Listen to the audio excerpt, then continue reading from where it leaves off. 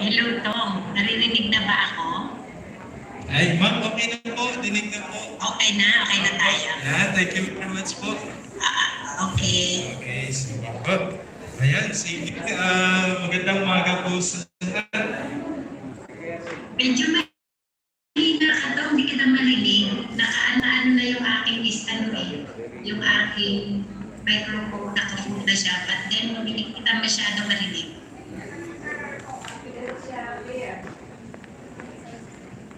Hello. Hello po. Ayan. Ayan, okay na po. Malinaw na po. Medyo mahina pa. Mahina pa ng konti ito. Hello, test mic. Hello po. Ayan. Pero ma'am, kasi po kayo clear po dito na narinig po namin.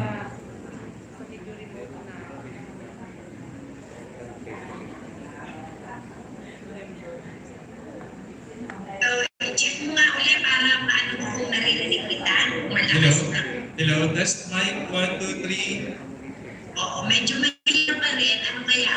Pero ako ba clear dyan? Yes, ma'am. Opo, clear po kayo dito.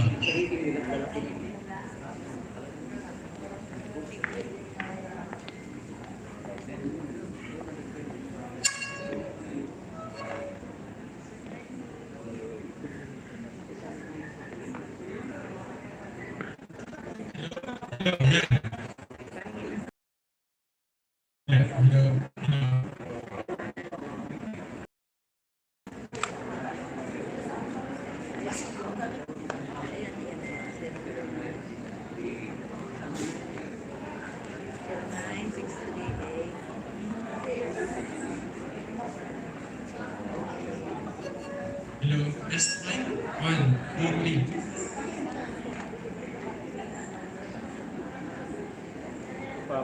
Test 1, 2, 3. Parang mahina ka pa rin to. 1, 2, 3. Hello, test 1, 2, 3.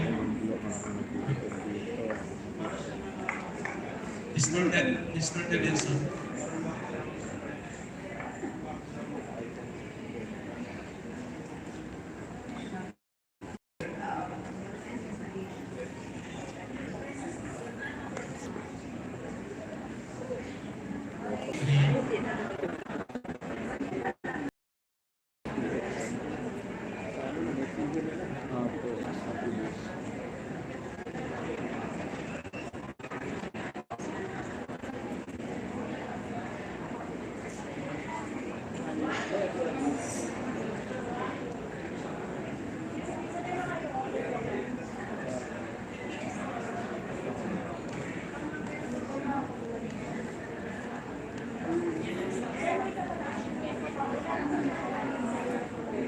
Kanina kung malakas ka na, bakit parang medyo yung audio? Pero kanina yung nagpaso mo, malakas na audio mo dyan.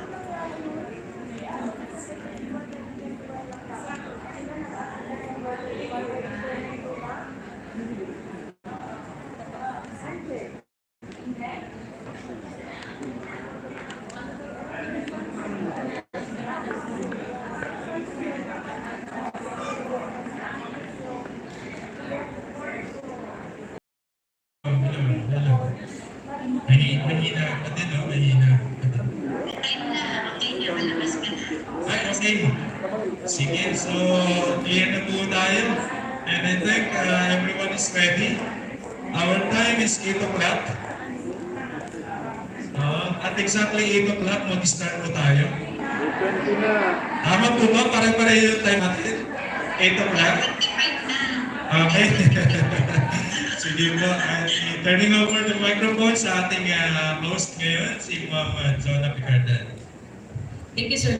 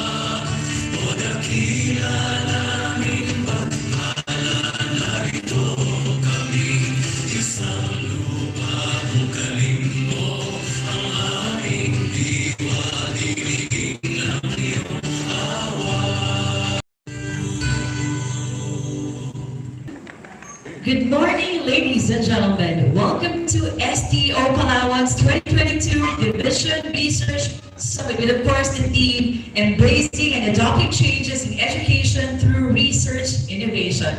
So I would like to request everybody to please give a round of applause. Palakpakan po natin ang bawat isa for making this far, for reaching this far. And we'd like to congratulate you in advance for all the efforts that you have exerted for the sleepless nights na tinanas po ninyo. And of course, at this point in time, we will be having the opening remarks by the Chief Education Supervisor of the School Governance and Operations Division, and of course, the co-chair of the Schools Division Research Committee. Let's give a hand to our very own Ma'am Felina P. Padrones.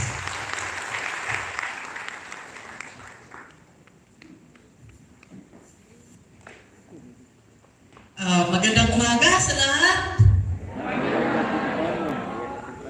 Sa ating regional supervisors, chief, si Ma'am Galo, Gloria Cruz, na ngayon ay kahit wala siya dito, yung kanyang kalooban ay nandito pa rin sa atin. Kasi marami talagang busy talaga. Sa ating dalawang namin lang po ay ating talaga lagi nakaalala ang ating SDS, si Sir Arnie Ventura. Palakpakan pa natin si Sir Arnie. Sa lahat po, sa ating napaka-busy SEP, si Sir Tom, at ang kanyang mga kasamahan, gano'n din yung mga technical working group, research technical working group na talagang panay ang punta kay Sir Tong. Sa lahat ng alam nyo, nakakamiss talaga yung AA Plaza, ano? Kayo ba na-miss nyo yung AA Plaza? Yes, palakpakan naman natin yung AA Plaza. At survive, ano? Na-survive natin yung pandemic, ano? So, sana tuloy-tuloy na ito, ano? So, kayo din ay na-miss namin sa division office, yung presence ninyo. Sabi, tingnan ko, palakpak mo na taga-South. Mas malakas ito ang palakpak ng North. Ano ba ito talaga siya? Yung may taga-island ba dito, island municipalities, palakpak din sila. Yung iba siguro nagbibiyahe pala. Ano?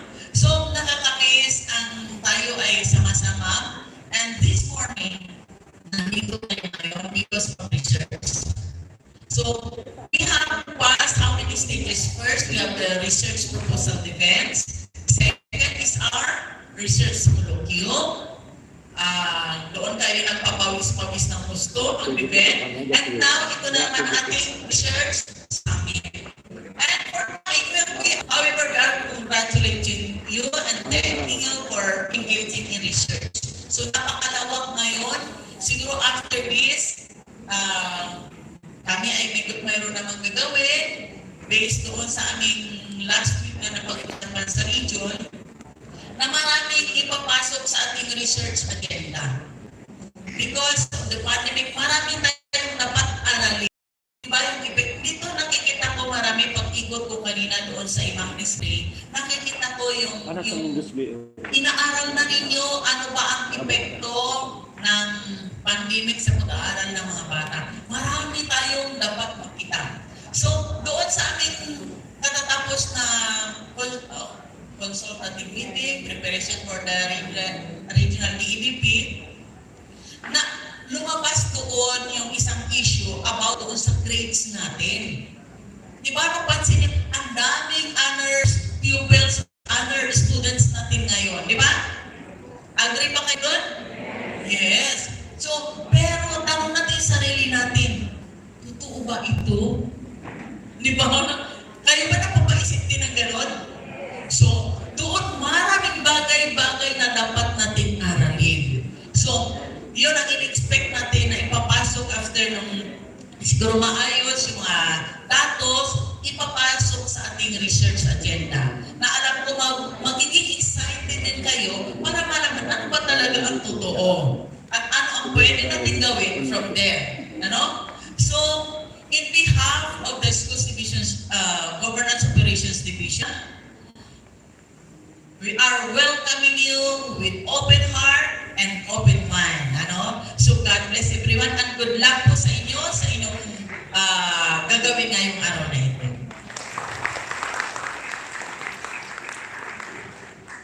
Thank you so much, Ma'am Pili. And of course, thank you so much for the full support that you have given to all of these researchers. Palakpakan naman po natin muli si Ma'am Pili.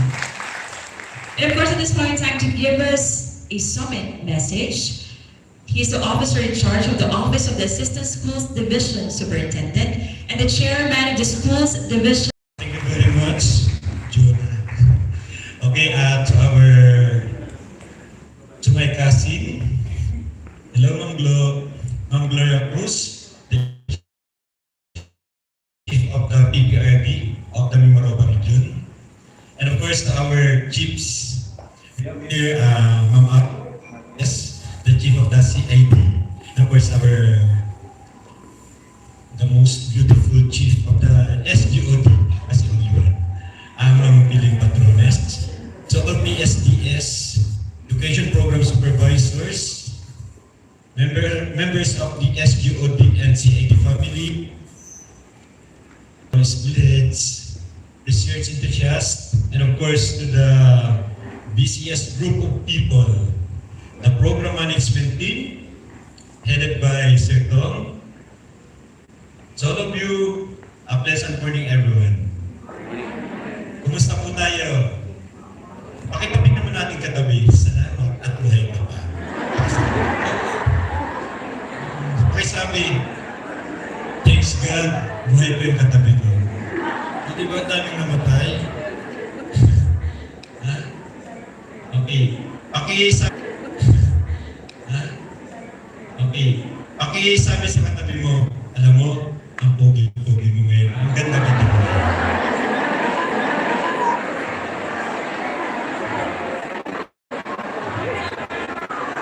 Okay. Be quiet. Pakisabi po, joke lang yun. Kasi masyado kayo seryoso. Masyadong seryoso. Siguro, that is one of the effects of pandemic. Masyadong seryoso. Ano yung pag seryoso ang tao, mas madaling mawala sa mundo. Kaya dapat medyo twinkle, medyo relax, dapat stress-free. Okay. I forgot to greet our SDS, who is now in Romblon. Nag-visit po siya. And of course, our ASDS, Sir Boss, nasa Romblon din. Nag-visit din. Ayan. Okay, good morning po again. Good morning once again. Okay, you know that one of the greatest challenges of education today is the problem of inequity. It pertains to discrimination, inequality, injustices, unfairness. And we are all affected by this issue. Tama? And that is one of the reasons bakit mahina or mababa ang ating performance. Nung nagbabasa ng iba-ibang article, ano kaya ang root ng different issues, ng different problems sa education? Ano yung root? And nakita ko, ang dahil article na binasa, inequity. Hindi pantay na pagtingin, hindi pantay na distribution ng resources, and it would really affect to our performance, to your performance as teachers, and to your performance as educators. Malaking impact.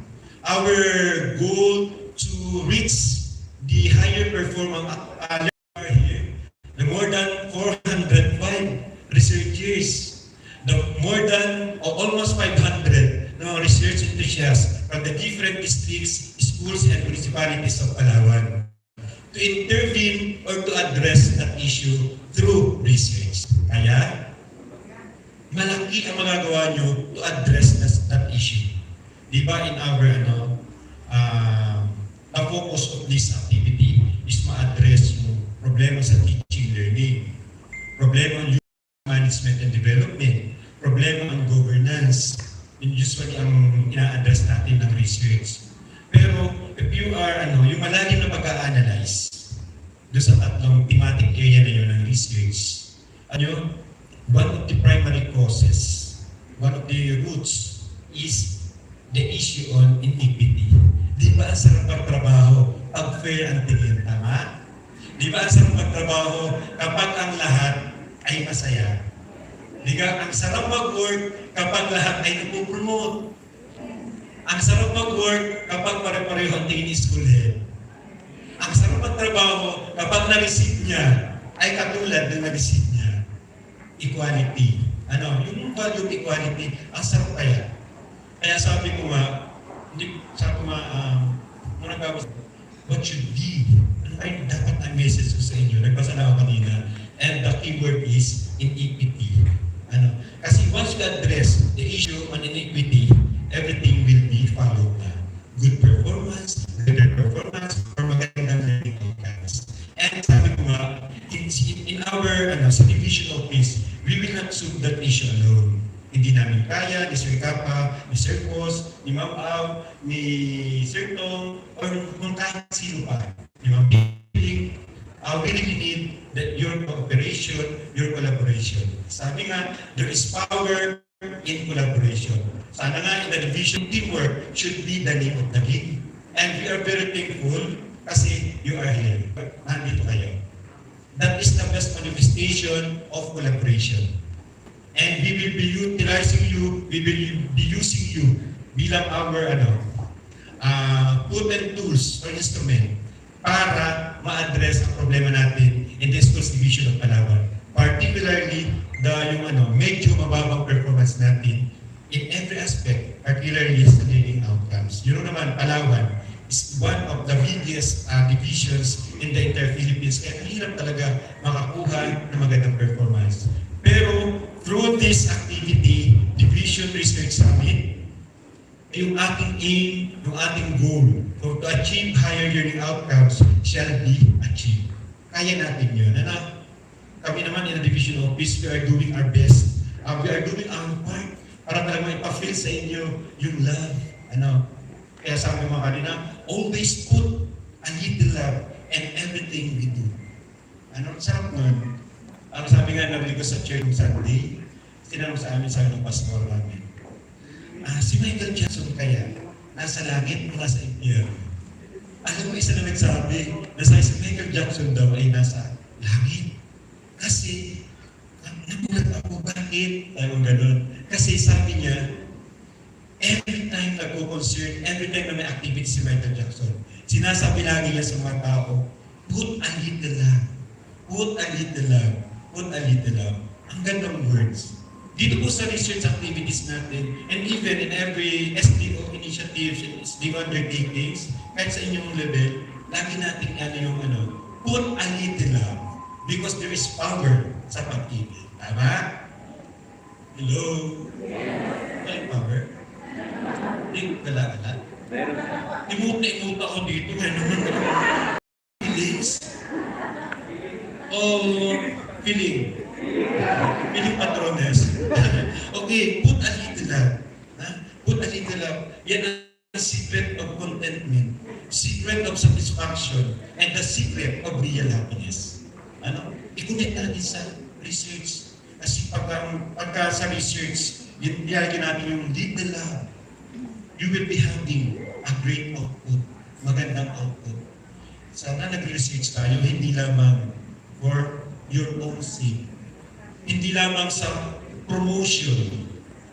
We are conducting research kasi gusto kong makatulong sa mga bata.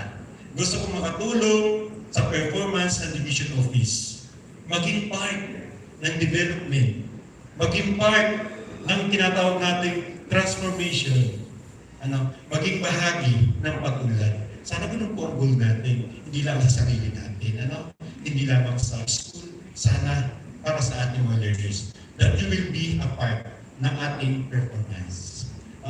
Don't forget put a little love in everything you do. Okay.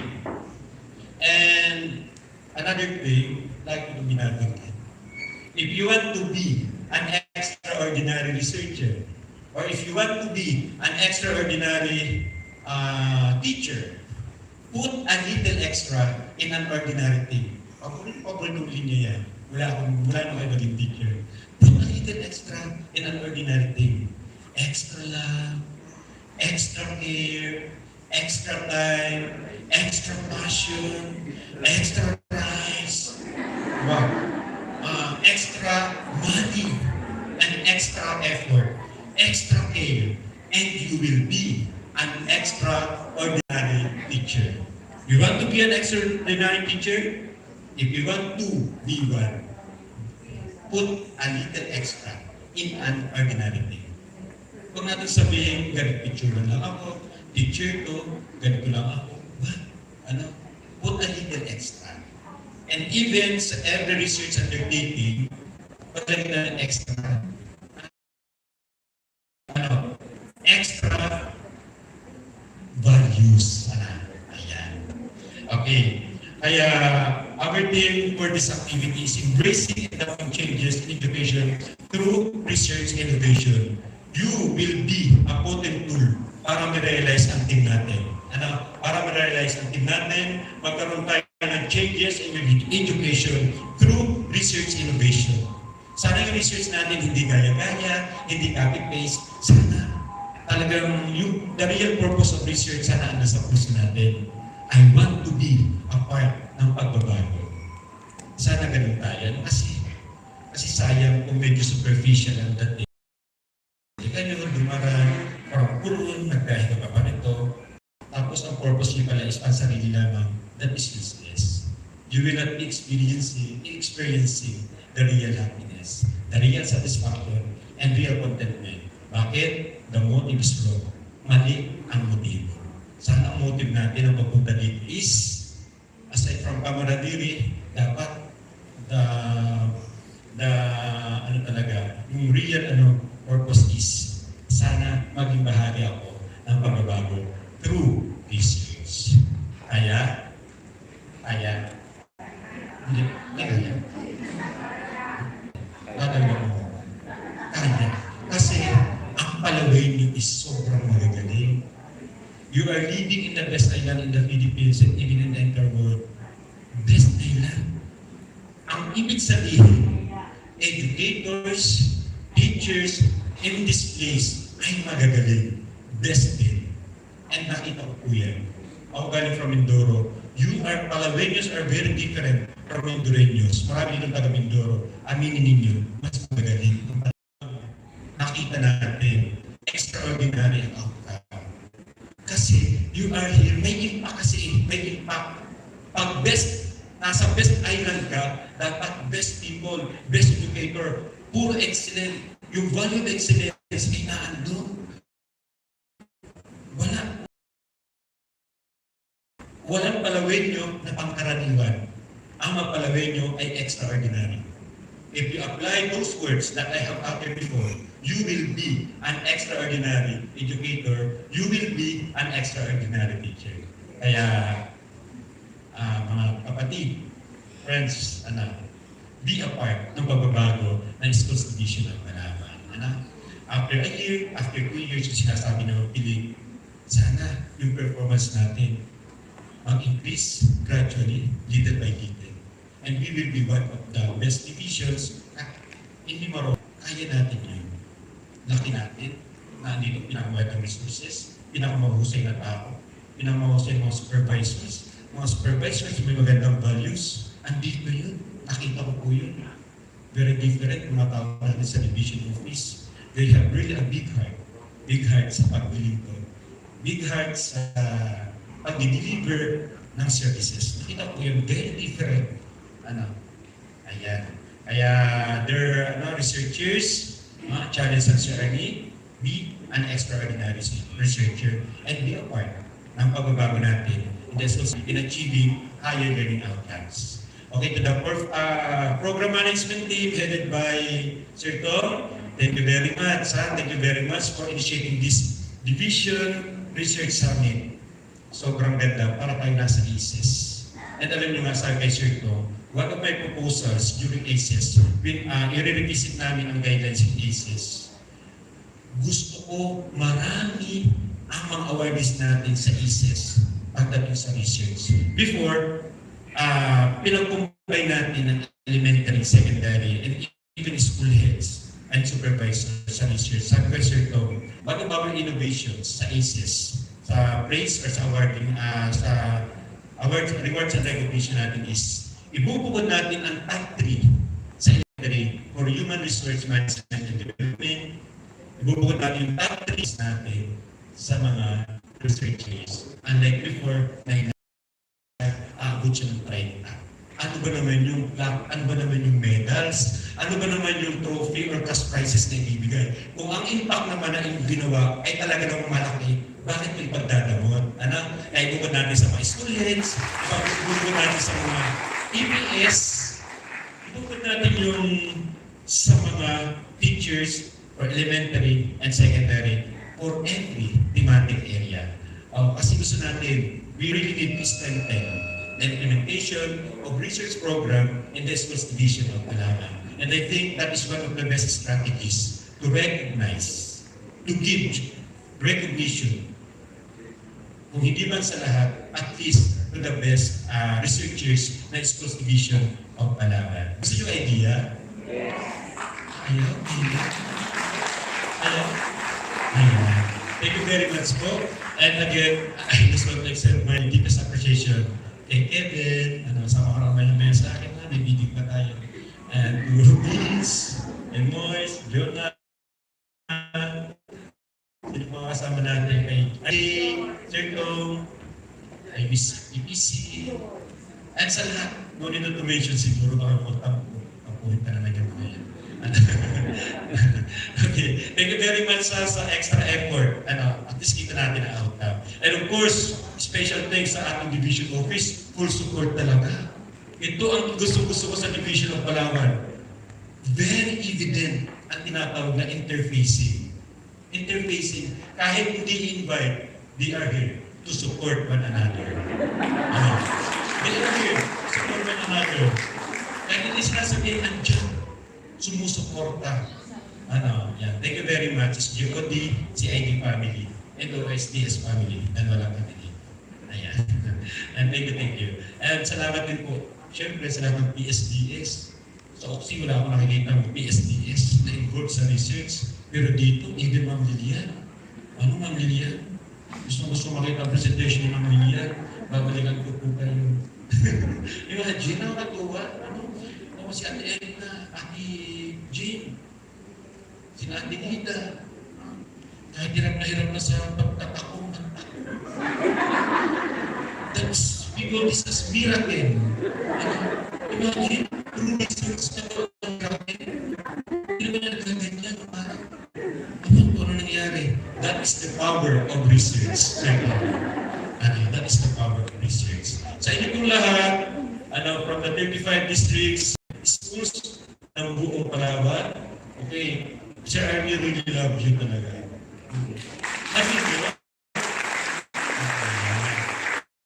Okay, sabi nga, kahit may series of activities in the division office, mag-effort naman nandiyan. Attend talaga po, aagahan ko. Dapat 7:45, naandun na. Una, mahal namin si Sir Tom, mahal namin ang research, mahal namin kayo. Sabi nga, giving of time is the best manifestation of love. Kaya nandito kami because we love you. Ayan. So, God bless you all. Ako.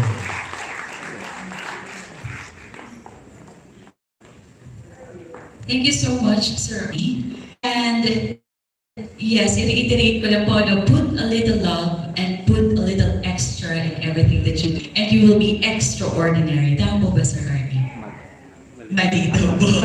Alright, so this morning time, of course, we'll be hearing another message, and this will be from the Chief of the Policy, Planning, and Research Division from DepEd Mimaropa region. Let's all welcome and give a hand to Ma'am Gloria M. Cruz.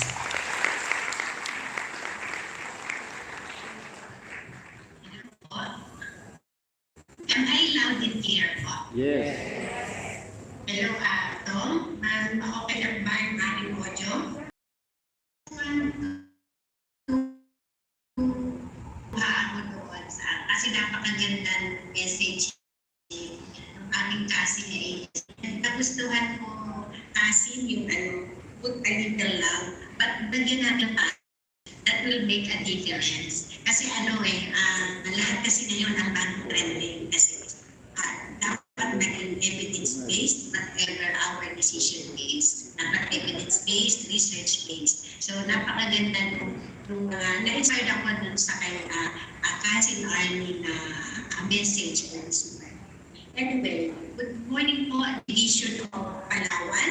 Of course, under the visionary and servant leadership because, of course, nakita ko dyan si Ate Ling, our SGOD chief, and of course, si Ate Au, ang ating CID chief, at saka nakita ko yung mga division supervisors and maybe some PSDSS. So magandang umaga po sa inyo.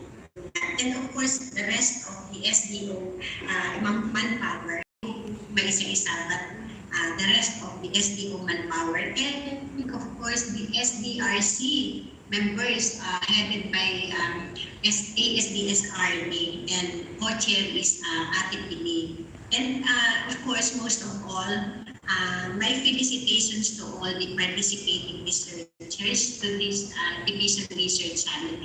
Ang pinigay sa akin na data nito is 100 sa poster presentation, and we have 180 observers.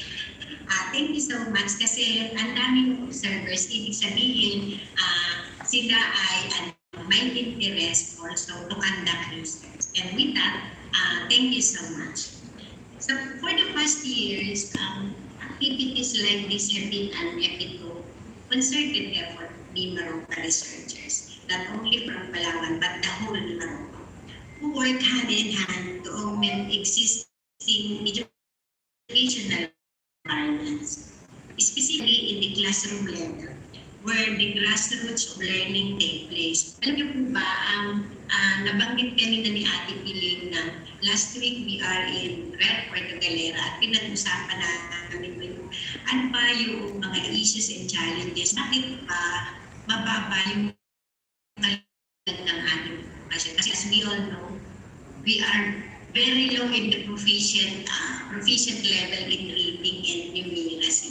Yan ay very evident the national achievement test is very evident siya. Consistent kasi yung the result of most assessments. Maganda yung pinalabasan ng aming pag-uusap ng nakaraan linggo na sana ay yung ating SGOD and CID, of course ito na and other supervisors, sana nag-grasp natin ano ba talaga yung problema. And I want it, Palawan, to duplicate that activity para mas makuha natin kasi nabanggit ko kanina yung cluster. Kasi from the issues and challenges, pwede kang gumawa ng isang pag-aaral, isang pananaliksik para ma-prove na talaga pala yung root ng lahat ng ating mga problema tungkol sa edukasyon. So it's an immense feeling of gratefulness on my part how research management is being supported by the First Division offices and researchers themselves. Of course, kung wala siyempre kayo, wala naman tayong magaganap na mga pag-aaral. And with that, I thank you so much po sa inyong lahat. The culture of research in our region has been long developed kasi wala pa po ako sa PPRD before kasi sa PPD ako. But then, naririnig ko na still our research for the past years for eminent SDO leaders and the untiring support and commitment of research leader, research coordinator in person of Itong Masaya, and siyempre nandun yung kanyang partner sa policy and research section, si Vince Alameda. And siyempre, with the support of our Ate Piling, the SGO and Ate Pao, the CID chief. Sabi niya nga, kasi with your support, SDO Palawan's performed on the number of completed research presented. And marami din na-garner na awards ang Division of Palawan during regional summits. And for that, congratulations. Kasi may mga, alam ko last year, ang dami nilang nakuha ng mga awards ng Palawan. At ako ay tuwa kasi nakikita ko yung passion ng conducting research. Now, having to know how the region improved in nurturing the culture of research, it is but timely that we will now moving to the next higher level, and that is quality research. So early this year po kasi, the central office through the policies, the planning service through policy and research development division had launched the isa-liksik. I don't know kung narinig na po ninyo itong isa-liksik. Yung idon is E for Education, which is the central repository. This isa-liksik po is the archiving facility of the DepEd for the completed research. From 2016 up to date, but before archiving, it has to undergo process, and that is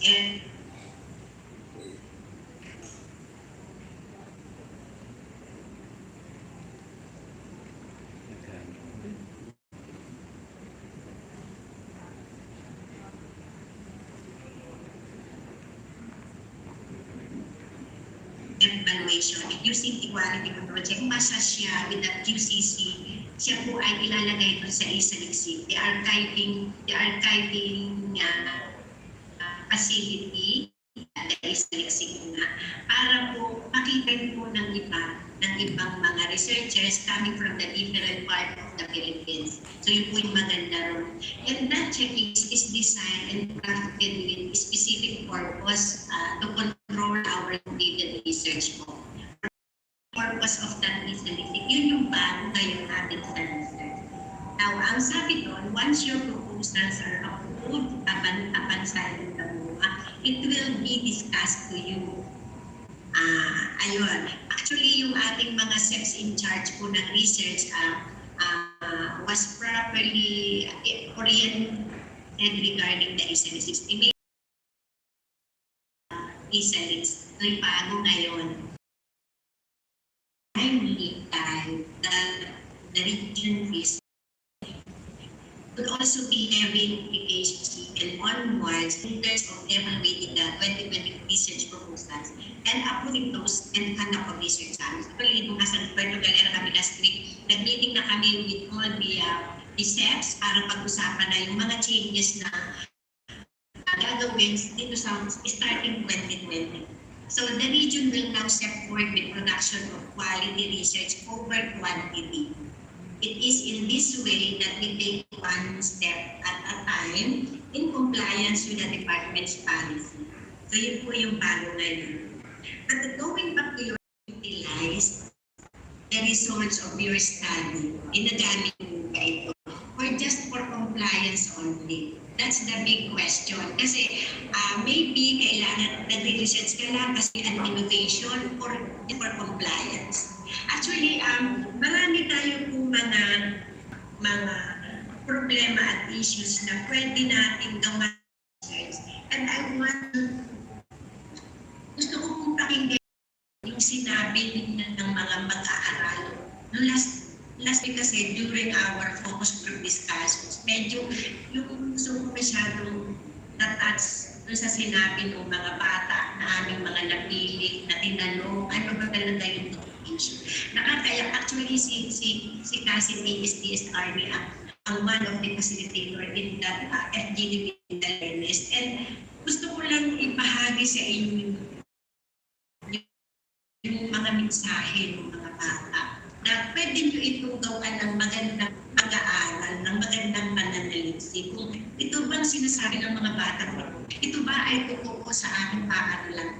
Ganito rin ba sabi ng mga paaral namin dito sa aming paaralan? And I want you to make a good study in these messages from our learners. Ito po yung sinasabi nila. Kung meron pong schoolmates dito, meron pong schoolmates. Doon muna tayo dun sa messages ng mga estudyante. Ito pong mga estudyante ito ay elementary at saka secondary level. Alam niyo po ba ang sinasabi nila sa mga teachers? Sabi nila, sana po maging open-minded po kayo.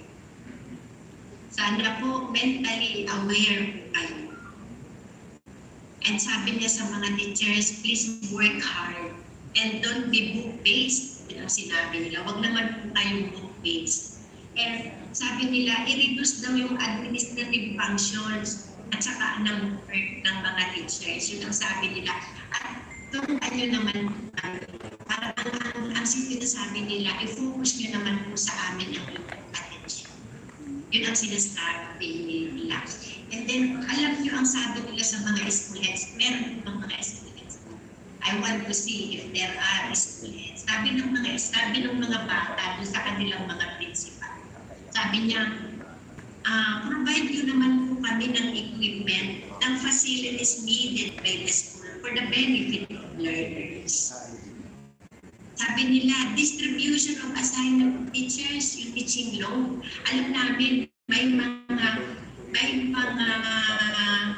mga schools na teacher na ang dami ng load, pero naman teacher na hindi ganun karami yung load. Nakikita pala yun ng ating mga pagkain. Kitang-kita pala yun. Nandyan si Cassie, siya yung magpapatunay. Doon sa halos umiiyak yung mga bata nung sila itinatawag. Tapos sabi nila, kailangan namin yung close monitoring of our performance. Sabi nila, i-monitor nyo naman po yung performance po namin. Sabi nila, mag-focus naman po kayo on intervention to provide equal opportunity. Hindi yung porket parang di ba kasi yung sabi nila, hindi porket anak ni teacher, ikaw na lang ang anak ng Diyos. Hindi porket ikaw ay anak ni Mayor, ikaw na lang ang anak ng Diyos. Mga ganun yung hinain ng mga bata. At ang nakakalungkot, nakikita pala nila ang tanong. Tapos sabi nila, yung mga kababayan namin ng mga IPs, sabi niya, sana mabigyan din sila ng equal attention. Sabi nila, hindi lang kaming mga hindi IP ang binibigyan ng attention, but sila din bigyan ng attention.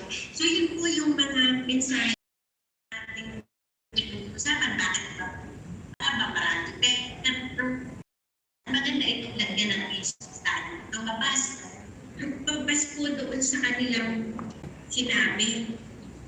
Alam niyo kung ano ang problema? Ang problema po talaga. Ano siya? Psychologically, ano sila? Yung meron silang social anxiety. Hindi natin nakikita. And there are students na nagkaroon pa ng suicidal tendencies. Nakita ba natin yun as teacher, as researcher? Pero yung social at saka yung ill adjustment, saka yung social media disturbance. Kasi dapat ang mga bata natuturuan natin At para po sa progress for professional growth po natin. Ayun. Kaya po pinayakap po kayo sa sarili po nyo, si Satong po i-accept nyo na kasi kailangan na po yun ng ibang kayakap po. Please po, may sponsor to.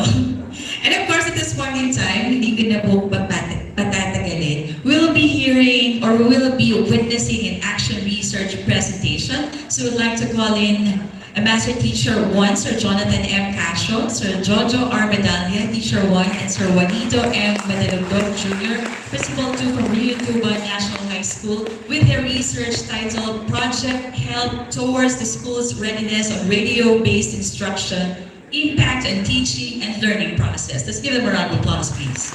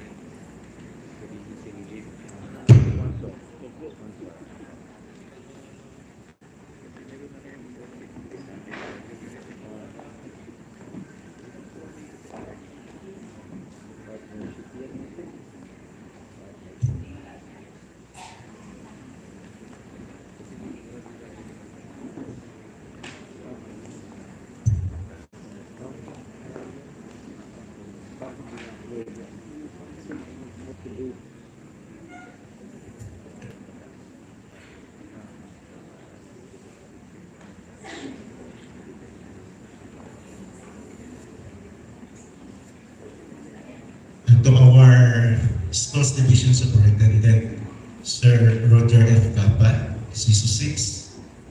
Our Assistant Schools Division Superintendent, Sir Arne Ventura, and Sir Rufino Fos.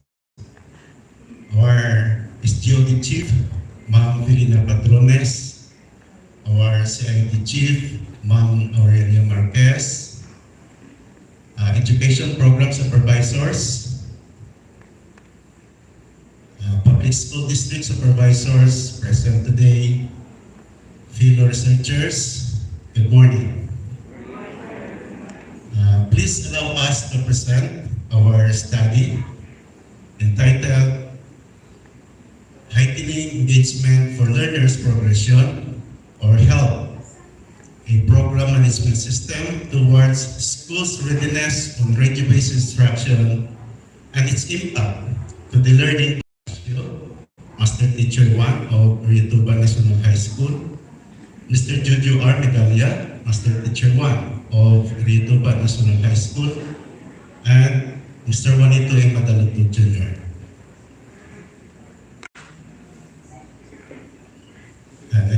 slide, please, sir.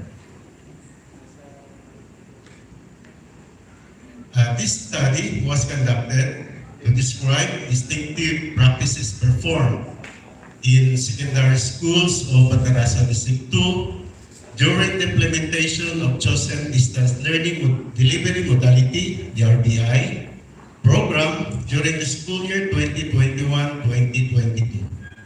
This study was participated by secondary school heads, teachers, and learners in our district. Different order, different memorandum number 2020-0061, paragraph 1, states that strong school, home, and community partnerships shall be forged to ensure the effectiveness of any DLBM chosen. In the context of the present crisis, dialogue with parents and the wider community is a key step to ensure that school, parents, and guardians, and the wider community have reached a degree of shared accountability and responsibility for the learning delivery modality chosen. School administrators, teachers, parents and guardians, and community partners shall provide adequate and appropriate guidance and support for the learners to ensure that their new experience with these learning modalities shall be properly transitioned both at home and in school. In order to strengthen the RBI implementation in the district, the following engagement needs to be heightened. First, stakeholders and parents engagement in RBI, teachers engagement in the implementation of RBI in our district, and learners engagement in RBI as delivery modality chosen in our district. As an RBI program management system, and to ensure schools' readiness, 5 major goals should be met by each participating school. First, mobilize stakeholder support in RBI. Second, encourage wide participation of community towards RBI. Third, raise capabilities of teachers in the implementation.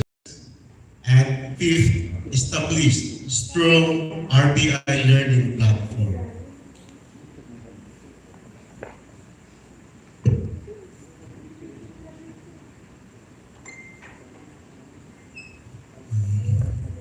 So for our RBI, we stick to RBI Learning Resource Management Unit, envision for an excellent alternative learning delivery modality where learners at home able to learn continuously and through the regimented broadcasting system of equitable and refined radio-based lessons, collaboratively produced by skillful learning facilitators with the support of benevolent stakeholders. And for our RBI mission, widely strengthen the participation of community partners in the effective delivery of radio-based instruction. Efficiently delivers interesting and meaningful audio instruction to learners who learn in a facilitative home learning environment. Fairly enhances teachers' capability in radio-based instruction through training workshop, continuously ensure the quality learning among distant learners through home monitoring and remediation, and strongly establishes a learning platform and radio broadcast system that is adaptable and accessible. So our RBI is invited by this, and we and for the research question, so how ready were the school in Batarasa District 2 on radio-based instruction program at the beginning of its implementation?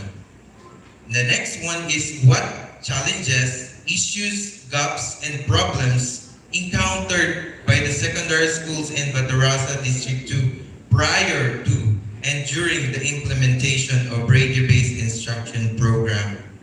The challenges, issues, gaps, and problems encountered prior and during to the implementation of radio-based instruction program.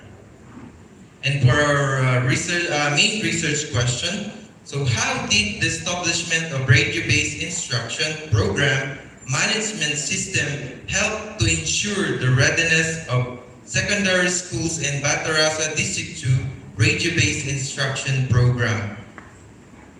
How did the school's readiness of radio-based instruction help secondary schools in Batarasa District 2 to improve their implementation of radio-based instruction program? And lastly, how did the implementation of radio-based instruction program and secondary schools of Batarasa District 2 impact the learning community? And our conceptual framework, it's represented by a mechanical gear. So we start with the RBI program management system. If the process or the establishing the program management system mobilize school readiness toward the smooth delivery of RBI learning program for the benefits of learning. So for the methodology, research methodology design, we have participatory action research design. Start with identifying the problem, action planning, acting, data gathering, and evaluating. It's a cyclical process of research. So from the population, we have total enumeration. The data gathering tools, methods, we have quantitative and qualitative. For the quantitative, we have checklists, survey questionnaires, and for the qualitative, we have documentation, observation, note-taking, interview, CV structure, and discussion. And for the data analysis, we have also quantitative and qualitative. We have descriptive, for the quantitative, descriptive statistics. We have frequency, percentage, measure of central tendency. And for the qualitative, we have narrative reflective analysis. And for the result, conclusion, and discussion, presented by Sir Jonathan Cash.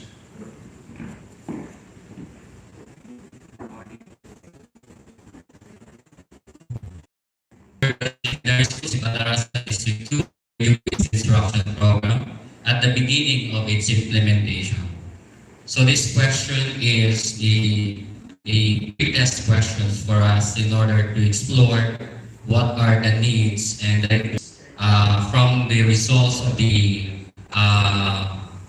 contextualized readiness survey checklist that we have made. We have a results that all schools in Batarasa District 2 were not yet ready for to implement the RBI. This is at the beginning conducted in January upon the first launching of our RBI program. So what suggested recommendations we have learned during that time? So this is now the part of an inquiry stage of our research. So we recommended to organize plans and projects and of course the personnel that would work or the technical working group to work to achieve the readiness of each school. For the question number 2, what challenges, issues, gaps, and problems encountered by the secondary schools in Batarasa District 2 prior to and during the implementation of radio-based instruction program? So as we have analyzed and on the results of the discussions among the core group, among the members of the teachers and also the RBI coordinator with schools in Batarasa District 2, and we have come up to the findings based on the checklist that they have because of the root cause analysis. We have insufficient support of the RBI because it is not yet fully introduced. RBI, they found it difficult to prepare. quality learning, the existence of the learner's lab as reported by our teachers, limited teaching and learning strategies because the adoption of the debit order 31 series 2020 are not yet fully disseminated.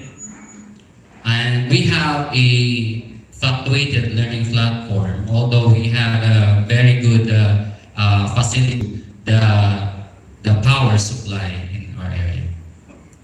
It is concluded that there is a need to strengthen stakeholder support, there is a need to heighten the engagement of our community, there is a need for teachers training, and there is a need to bridge the gap of the learners, and there is a need to make a constant monitoring of the program.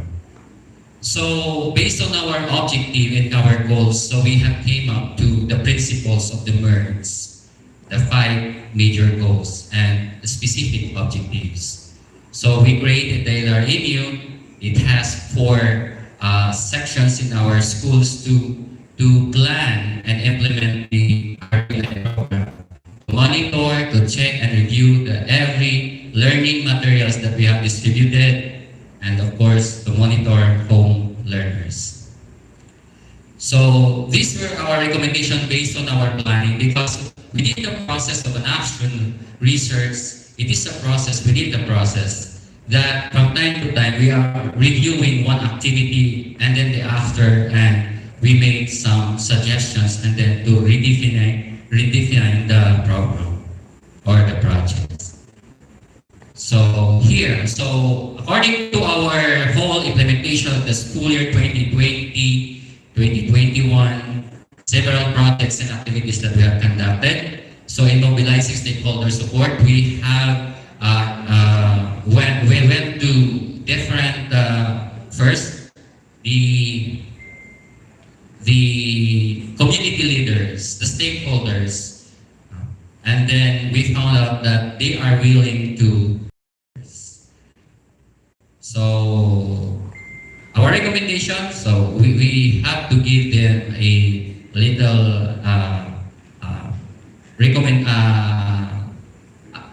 recognition or commendations. Okay, so for encouraging the parents' participation and community participations, we have IEC campaign, so several IEC campaigns. If one will not work, so then we revise and then we proceed to another one. We have so many orientation from the parents from the beginning, RBI Caravan. For the opening of the 3rd quarter, we have also RBI on the road. This is characterized by a mobile airing of the lessons and then advertising our 102.7 Radio Talino on the streets, no? With the assistance, the fuel assistance given by our ACF. Okay. So, home visitations, we have also WIN training or the winning audio verbal education. This is a package training for teachers, script writing, audio editing, LA's crafting or slip crafting, and of course, pronunciation and audio teaching. Okay, so we have reached to 100%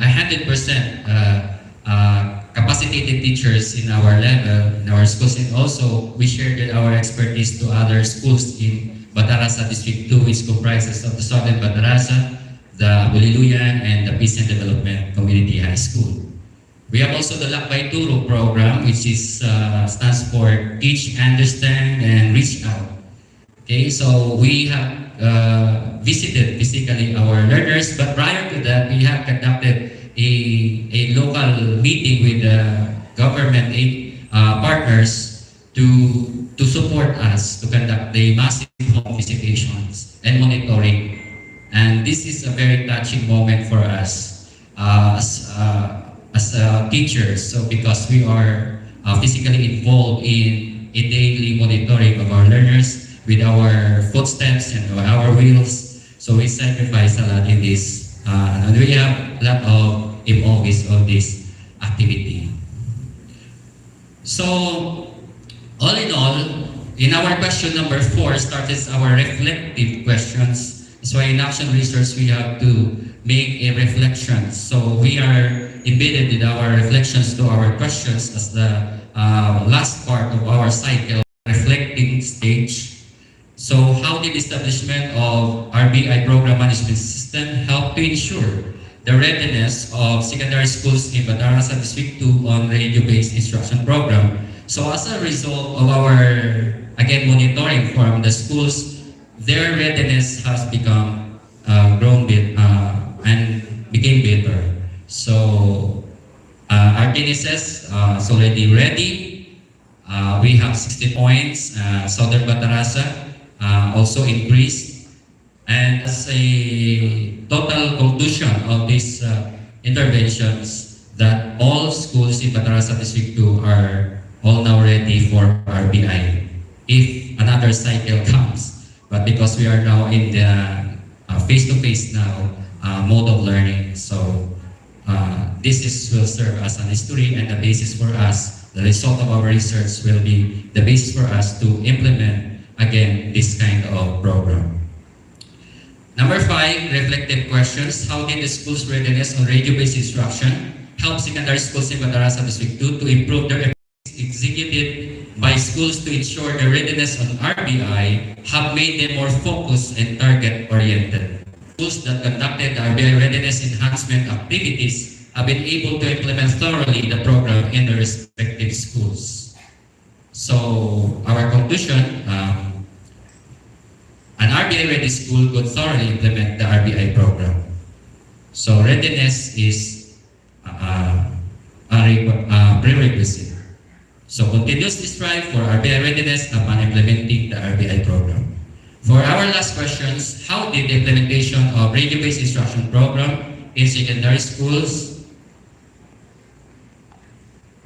of Batarasa District 2 impact the learning community? So this is now the counts that the learners can reflect also about our program. So that's why it is called participatory.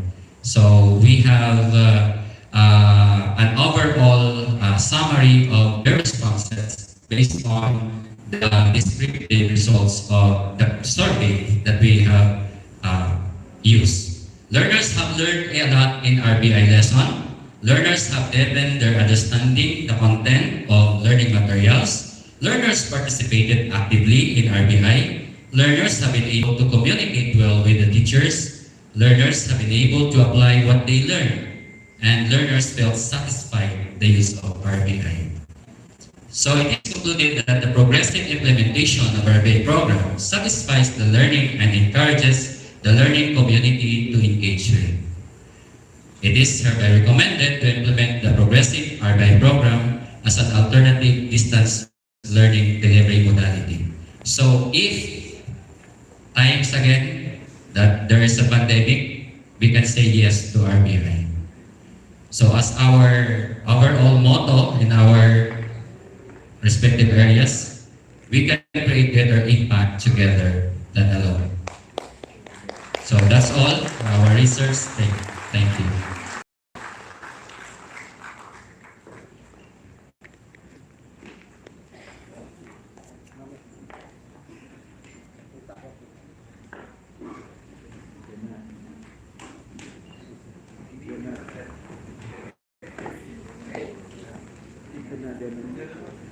Thank you so much, Sir Jonathan Casio, Sir Jojo Medalla, and Sir Juanito Madalugdog Jr. Another round of applause for them, please.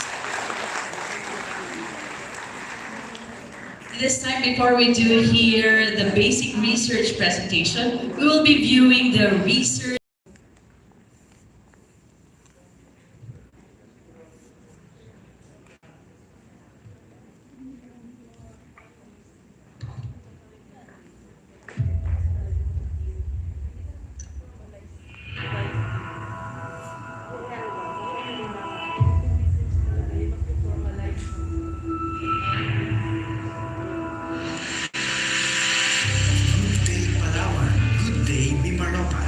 The Department of Education continues to call for educational research among classroom teachers to examine education and learning processes and the human attributes, interactions, organization, and institutions to shape educational outcomes.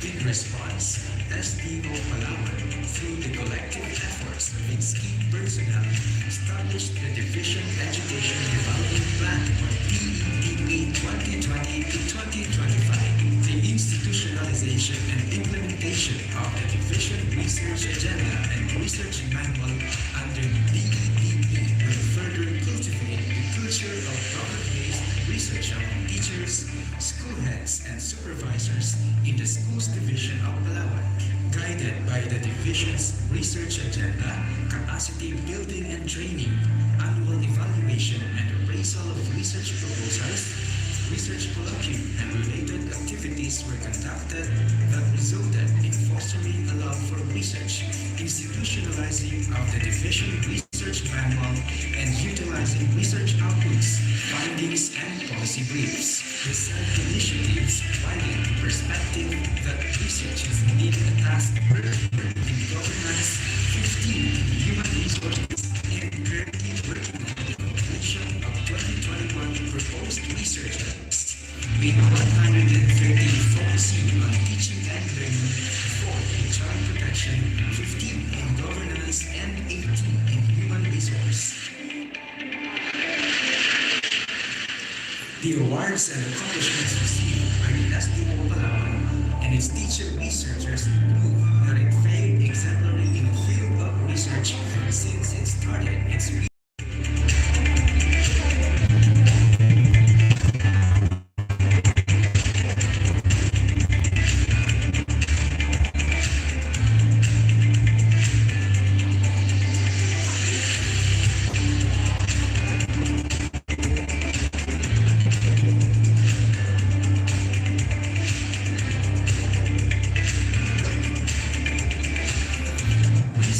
findings are intended to be shared and hence, a presentation of such is indeed necessary. With an increasing number of research outputs, STO Palawan did not fail to participate in the Mimaropa Regional Research Summit since 2017. Also, several researchers from STO Palawan have been presented in national and international research forum or conferences, such as DepEd Central Office Research Program 2019, 2018 Conference on Basic Education Researchers, International Conference on Strengths of Education and Research, and 7 Maritime Group International Conference on Culture-Based Education 2020. Truly, we can transform education through research. Thank you very much, and we all working together and lead as DepEd Palawan para sa lahat.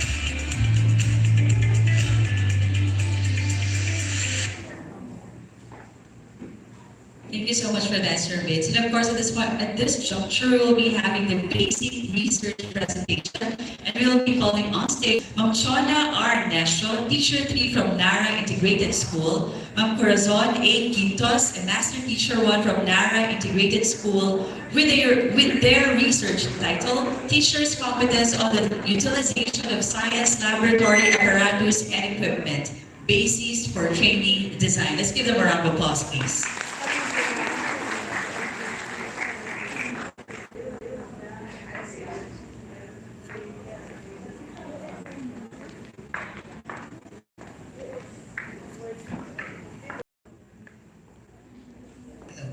To the pilot of the Schools Division of Palawan, our Dapat Maasang leaders, Sir Roger Capas, SS6, to his two SDSS, Sir Arne G. Ventura and Sir Rufino B. Foss, to the Regional Chief of the Policy Planning and Research Division, Ma'am Gloria Cruz, which is with us virtually, our two Factional Division Chief, Ma'am Felina P. Padrones and Maria B. Marquez, to all the education program supervisors, to the rest of the STOD personnel, to the proponent of this activity, Sir Tom Basaya, with his support staff and the technical working group, to all the research presenters, observers,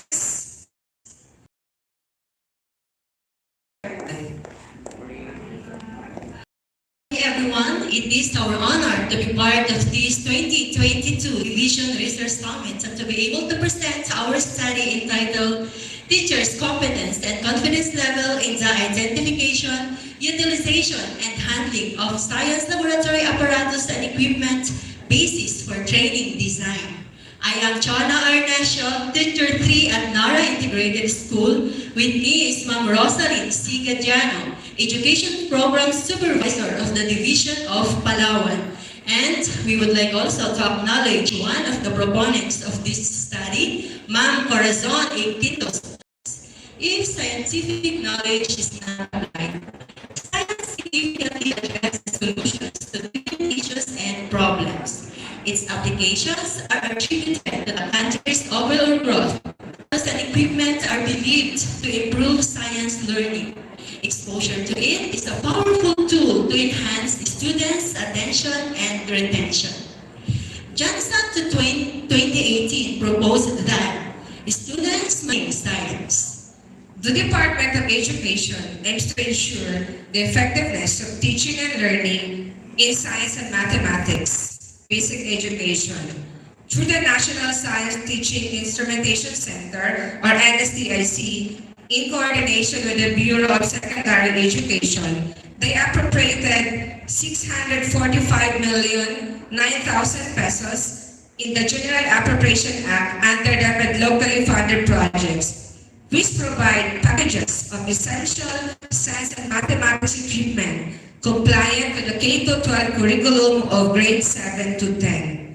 2,936 public elementary schools, 2,964 secondary schools, and two science, technology, and engineering-oriented high schools were the beneficiaries. And of the 2,964 beneficiaries, the issue now focuses on teachers who play a vital role in making full use of dispersed science and math equipment.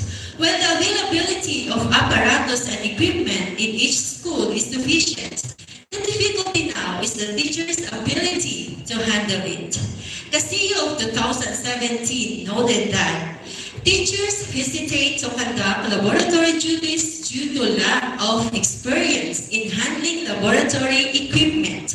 With this in mind, the researchers conducted this study to evaluate training design. Thank you, ma'am. So this study aimed to assess the level of competence of science teachers in the identification and usage of apparatus as a basis for training design.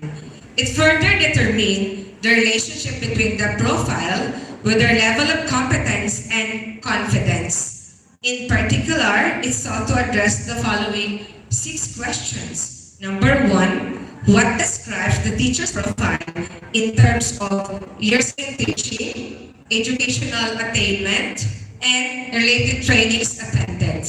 Number 2, what is the teacher's competence level in science laboratory apparatus and equipment in terms of identification and laboratory apparatus and equipment?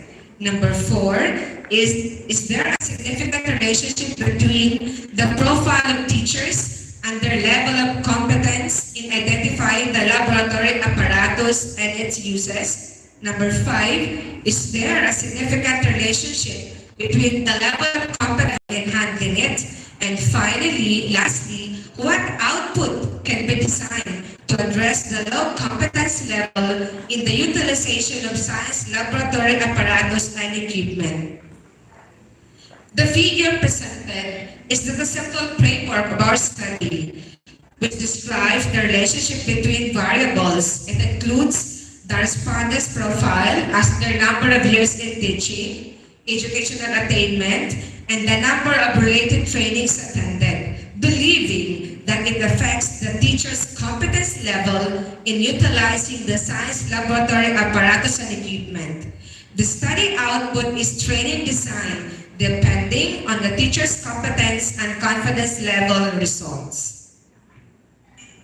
This study employed quantitative method and utilized descriptive relational design. For sampling, the population of this study were the junior and senior high school science teachers in the division of Palawan.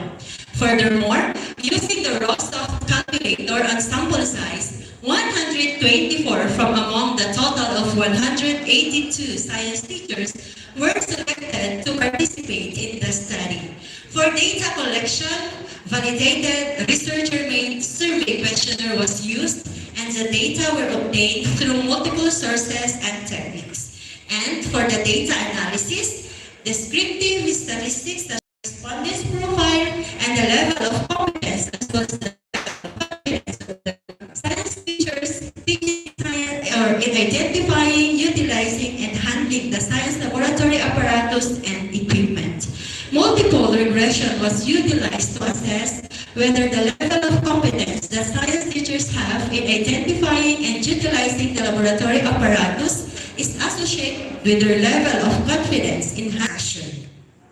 For question number 1, as to teacher's profile, it can be seen from the table that majority or an equivalent of 70 of the respondents have been teaching between 4 to 6 years, and the other half of the respondents were distributed to the range of 16 years and above, 11 to 15 years, and 1 to 3 years. For the educational attainment, most of them have attained units in master's degree. Further, when it comes to the number of trainings attended, more than 1/3 of the respondents have attended between 6 to 10 trainings. For question number 2, on the competence level, it was found out that the teacher's competence level in terms of identifying laboratory apparatus and equipment is described as developing. Likewise, the competence level in terms of usage is also in terms of the teachers in handling laboratory apparatus. The table shows that the signs that the respondents are confident in handling laboratory apparatus. As to the relationship between the competence level to their specified profile, Table 4 shows the findings. As we can see, there is relation between the teacher's profile and the level of competence in identifying the laboratory apparatus and its uses. And lastly, for the relationship between the confidence level in handling the apparatus to their competence level as to identification and utilization, as gleaned from the table, there is a high association between the level of competence that teachers have in identifying and using the apparatus and equipment used in laboratories and their level of confidence in their ability to handle it. More so, it can be inferred that if the teachers are well versed in identifying and utilizing the laboratory apparatus and equipment, he also has a high confidence level. This result is supported by the claim of the Sir and his colleagues 2012 that the teachers who has a high confidence level will be motivated and encouraged to improve their competencies. Presented are the recommendations to be considered training workshop on the schools division of Palawan through the Learning Resource Management System to create a laboratory resource management system to do a regular inventory of the laboratory resources available in schools and conduct tagging of laboratory equipment with learning competencies in the MEL or in the curriculum guide to maximize its utilization. And lastly, school heads, through the science department heads or coordinator and master teachers, should prepare an annual instructional plan per grade level and provide technical assistance to teachers through Learning Action Cell, highlighting the competencies that require laboratory facilities and the implementation of activities in the annual instructional plan. As an output of our research, we have here the action plan.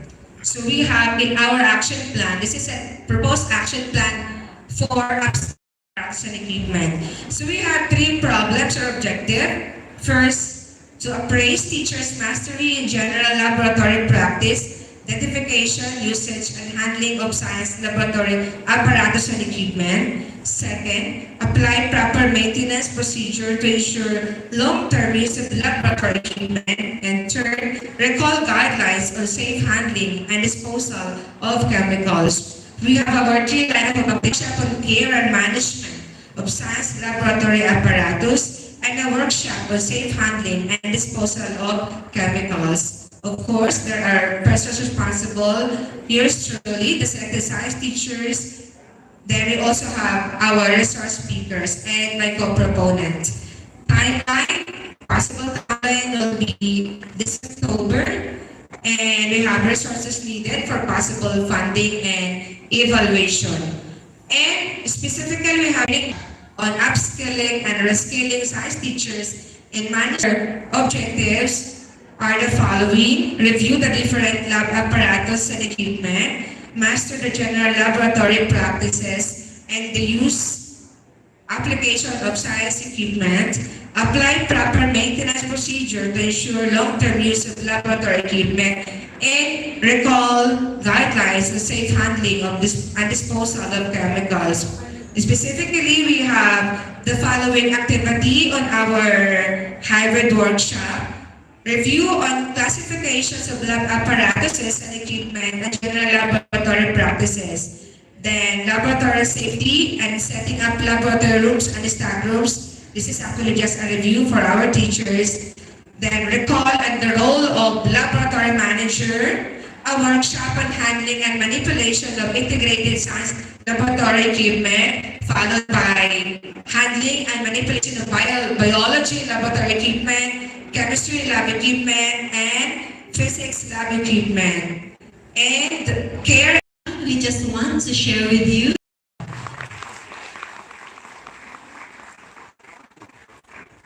Maraming salamat po sa Dean and John na nag-pressure po ako sa kanilang diction and pronunciation. And of course, at this point in time, we'll be having the mechanics of the summit, and that will be given to us by none other than our Senior Education Program Specialist for Planning and Research section. Let's give it up to Sir Benito J. Basaya.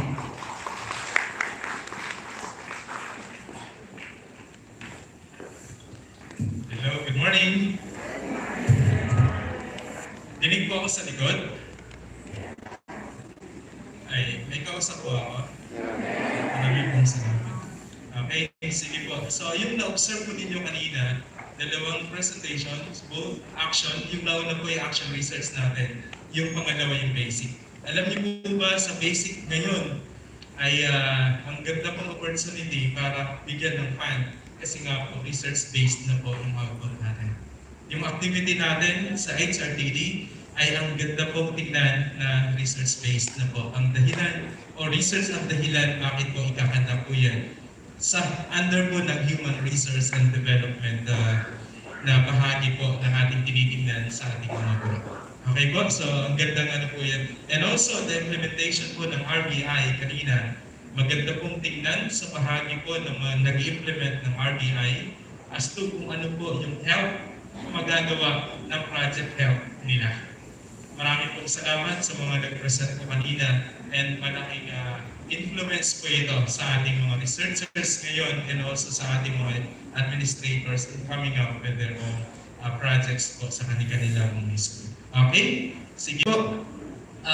Yung ating unang titignan po sa buong pag-stay po natin dito sa area po na ito po yung ating mga titignan. Ano po?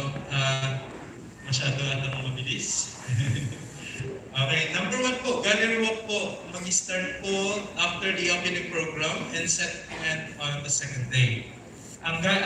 Yung buong gagawin po natin dito sa activity natin ay puro lang po gallery walk tayo. Pero yung mga presenters naka-ready po. Kanina sa mga presentation po natin, hindi po natin bigyan sa kanilang mga posters po na yan. Diyan na po ninyo ilagay ang inyong ibigay ang inyong mga tanong. Okay po ba? Palakpak po yung mga observers. Palakpak po yung mga kinakabahang presenters. Ayan, kayo utilizing the 5 kanilang mga posters. Kasi nga po, hindi po natin ginamit yung rooms na yun. Kaya naka-ready na po yan doon sa kanilang mga rooms.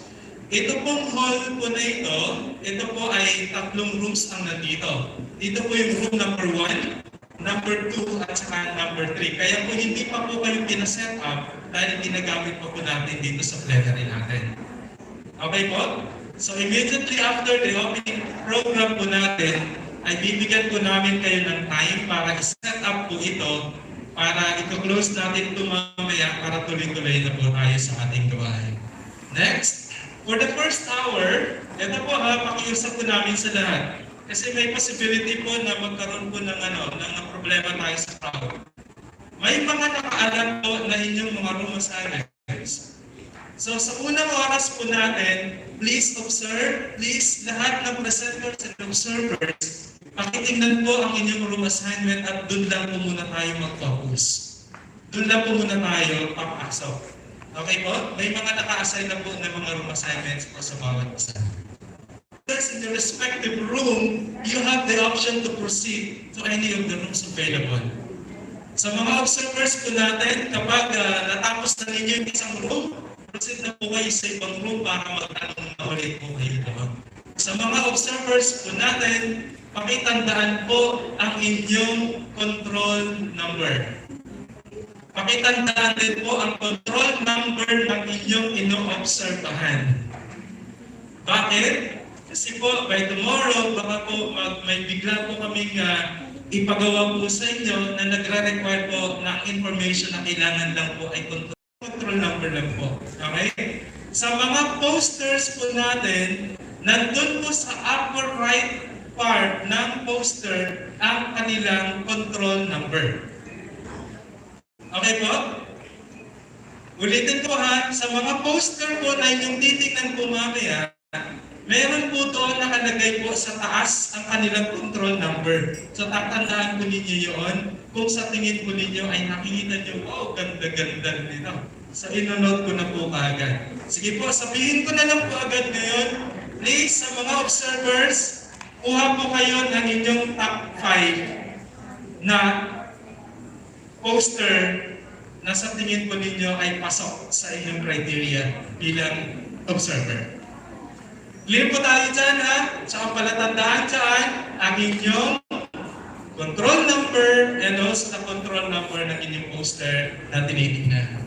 Next, all observers, ito na. Lahat po ay may opportunity na po na magtanong, mag-clarify anything concerning about the research output.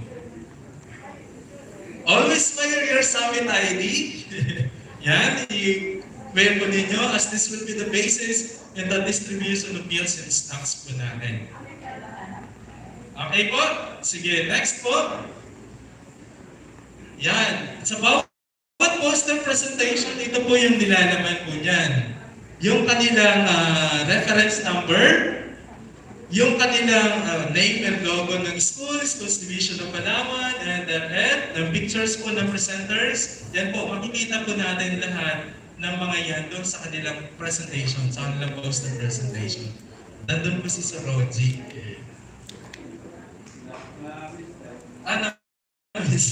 Sige po, next po.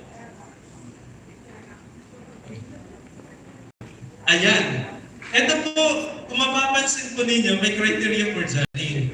Sa mga observers, ang sa inyo top 5. Ito po ay meron po kaming napili na mag-judge po dyan. So wag niyo na pong problemahin sa mga observers po ha. May bibigyan po kami ng papel para i-judge po ang inyong poster sa mga presenters po natin ayon po sa ating criteria na nai-present po dito. Okay po? So wag pong mag-aantay yung mga observers po natin. Ha, sir, nasa listahan po namin. Observers, just get ready with your top 5 na. Anytime of the day ay kukunin po yan sa inyo, or kung mag-online po tayo, magagawa ng paraan. Mamayang gabi, bukas ng hapon, anytime ay po pwedeng kunin ang inyong top 5. So kung anumang manner po ng pagkuha, hindi po natin alam, ihanda nyo lang po yan. Clear po tayo? Lahat po ba nakapag-merienda na?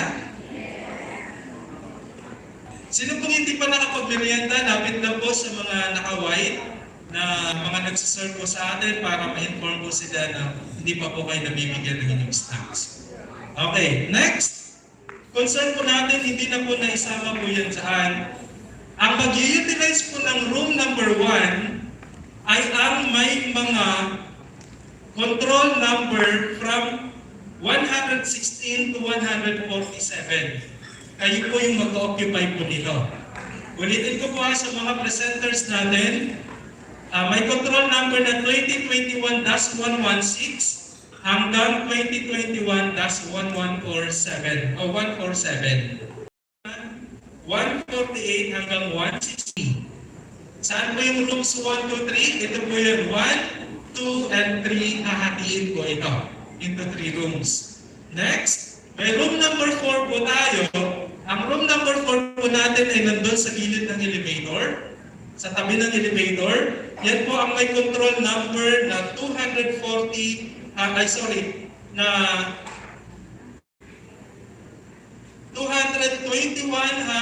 240. From 221 to 240 sa room number 4. And room number 5, doon sa registration area natin kahapon, kayo po ang mag-utilize ay ang may control number na 244 hanggang 280.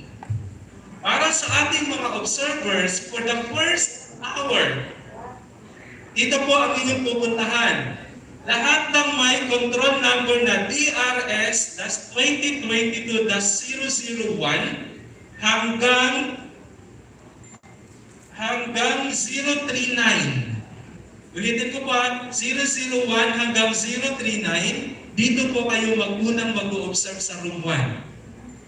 Sa mga observers natin na merong DRS-2022-001 hanggang DRS-2022-039, room number 1 po kayo.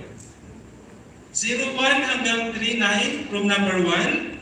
40 hanggang 78, room number 2. 79 hanggang 117, room number 3. 118 to 152, room number 4. And 153 to 187, kayo po ang nasa room number 5. Clear po tayo? Yung mga taga-STO po, bibigyan ko po kayo ng inyong room assignment para doon sa pagbibigay po ninyo ng rating. So, kung ano po may bigay po. Okay? Next, sa lunch po natin mamaya, lahat ng mga presenters ay magla-lunch kung nasaan ang kanilang room assignment. Para sa mga presenters, kung saan po kayo nagpe-present, doon din po ang inyong lunch ibibigay. Sa mga observers, wala na po kayong lunch. Sa room kung nasaan nagpe-present kasi para sa kanila po yun. Ang mga observers po natin, ang lunch area po natin ay nandyan sa lobby, 4th floor, sa lobby ng 3rd floor, at sa mga STO personnel plus yung iba pang observers ay pwede po doon sa resto. Doon po doon po sa resto ang ating area para sa lunch time po mamaya. Clear po tayo Ang lunch area ng ating observers ay nandyan sa lobby ng 4th floor, sa lobby ng 3rd floor, at saka sa ating resto. Yan. Hindi po kayo mag-order kung may mga additional kayong i-order. Pero kung ano lang po yung maserve po sa atin, yun lang po yung nakayanan po natin. Sino po yung nagbayad ng registration fee dito? Wala po, di ba? Magpasalamat po tayo at nagawa ng paraan na wala na pong registration fee. Sisingilin na lang po kayo after ng activity.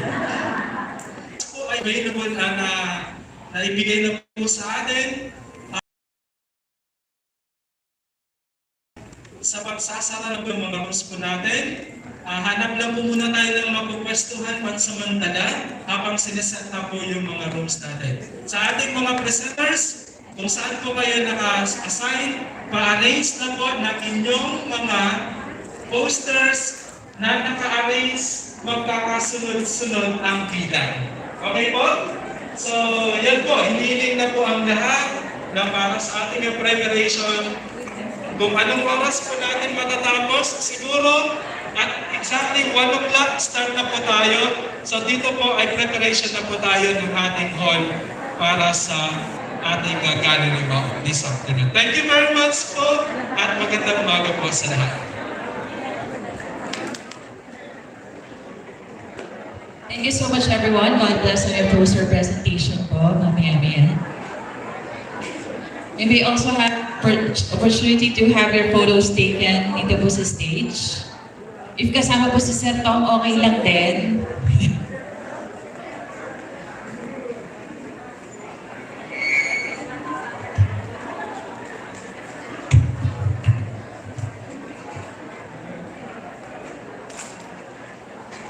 Hello po, announcement.